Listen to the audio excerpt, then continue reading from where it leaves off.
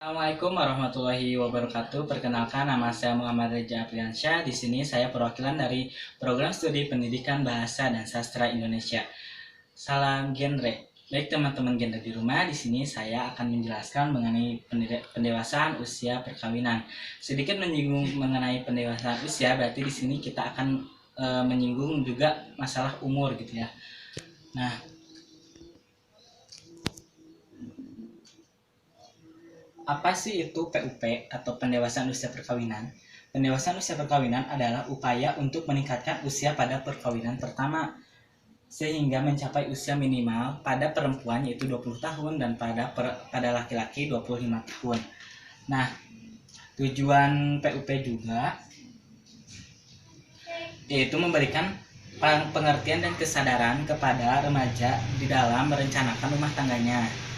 Dan tidak lupa juga pemerintah juga mengadakan program dalam kependudukan adalah program keluarga berencana yang kita sebut adalah KB. Nah, pendewasaan usia perkawinan diperlukan karena dilatar belakangi sebagai berikut. Yang pertama, kehamilan yang tidak diinginkan. Yang kedua, pernikahan usia dini. Yang ketiga, overpopulation. Yang keempat, kualitas rendah. Yang kelima, sering terjadinya cekcok antara suami dan istri gitu ya. Nah, beberapa persiapan yang dilakukan dalam rangka keluarga antara lain yaitu persiapan mental, yang kedua persiapan biologisnya, yang ketiga persiapan sosial dan ekonomi, yang keempat persiapan pendidikan, dan yang kelima adalah persiapan agama dan keyakinan. Gambaran usia kawin di Indonesia yang saat ini sedang ada gitu, yang sedang terjadi. Menurut riset SDKI 2007 ungkap usia pada 19,8 tahun dan SDKI 2002 sampai 2003 ungkap 19,2 tahun dan separuh dan pasangan usia subur di Indonesia menikah di bawah usia 20 tahun. SDKI 2007, kehamilan dan kelahiran pada usia muda kurang lebih 20 tahun masih sekitar 8,5%. Jadi masih banyak gitu ya pernikahan di usia muda ini. Nah, kenapa perlu menunda masa kehamilan dalam perkawinan? Kemungkinan timbulnya risiko medik sebagai berikut. Contohnya keguguran, atau tekanan darah tinggi kepada ibu hamil, keracunan darah kehamilan, terus ada bayi lahir dalam waktu sebelumnya gitu ya, seperti umur 7 bulan dalam kandungan bayi sudah lahir dan itu biasanya cacat atau prematur. Selanjutnya merembesnya air sanike dalam vagina dan keluarnya gas dan fases ke vagina. Yang paling sangat beresiko adalah kanker leher rahim. Nah, apakah arti masa mengakhiri kehamilan? Masa mengakhiri kehamilan berada pada periode pus atau pasangan usia subur.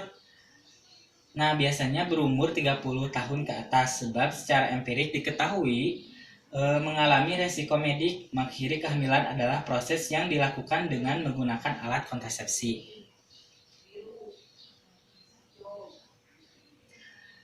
Lalu ada bagaimana masa menjarangkan kehamilan? Masa menjarangkan kehamilan terjadi pada periode pus yang tadi ya, yang pasangan usia subur berada pada umur 20-35 tahun. Nah, secara empirik diketahui bahwa pasangan usia subur sebaiknya melahirkan pada umur 20-35 tahun sehingga resiko-resiko medis yang diuraikan di atas tidak terjadi. Nah, perkawinan di usia muda atau di usia dewasa. Perkawinan di usia dewasa akan menjamin kesehatan reproduksi ideal bagi wanita sehingga kematian ibu melahirkan dapat dihindari. Nah, jadi menguntungkan sekali ya bagi wanita-wanita atau yang akan menikah di usia dewasa ini, karena reproduksinya sudah ideal. Perkawinan di usia dewasa juga akan memberikan keuntungan dalam hal kesiapan psikologis dan sosial ekonomi. Nah, dalam kesiapan psikologis dan sosial ekonomi misalnya faktor psikis, faktor sosial, dan ekonomi. Nah, sikap terhadap penundaan usia perkawinan, keyakinan, hasil atau manfaat yang diperoleh dari penundaan usia perkawinan, dan evaluasi terhadap masing-masing hasil yang diperoleh dari penundaan usia perkawinan. Jadi, sikap terhadap penundaan usia perkawinan ini di mana kita itu harus bisa membedakan antara efek samping dari nikah muda dan nikah di usia dewasa.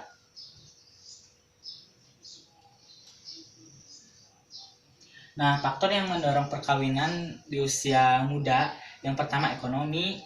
Yang jelas ya, ekonomi itu sangat mempengaruhi. Misalnya sudah banyak sekali di kalangan masyarakat kita yang dimana ekonomi ini sangat menjadi panutan atau utama, karena biasanya ketika ekonominya kurang, anak wanita akan disuruh menikah dengan laki-laki yang sudah mapan atau yang bisa menghidupi kehidupannya. Yang selanjutnya adalah faktor orang tua, faktor adat setempat, faktor pendidikan, dan faktor diri sendiri. Biasanya jika faktor diri sendiri ada kemauan dari diri sendiri. Nah, mungkin sekian presentasi dari saya. Saran dari saya, jangan terburu-buru untuk menikah, karena menikah bukan berarti bersama saja, tapi menikah juga harus mempersiapkan bagaimana cara kita untuk mensakinahkan, mawadahkan, dan warohmahkan rumah tangga kita. Wallahul muwaffiq ila aqwamit thoriq. Wassalamualaikum warahmatullahi wabarakatuh.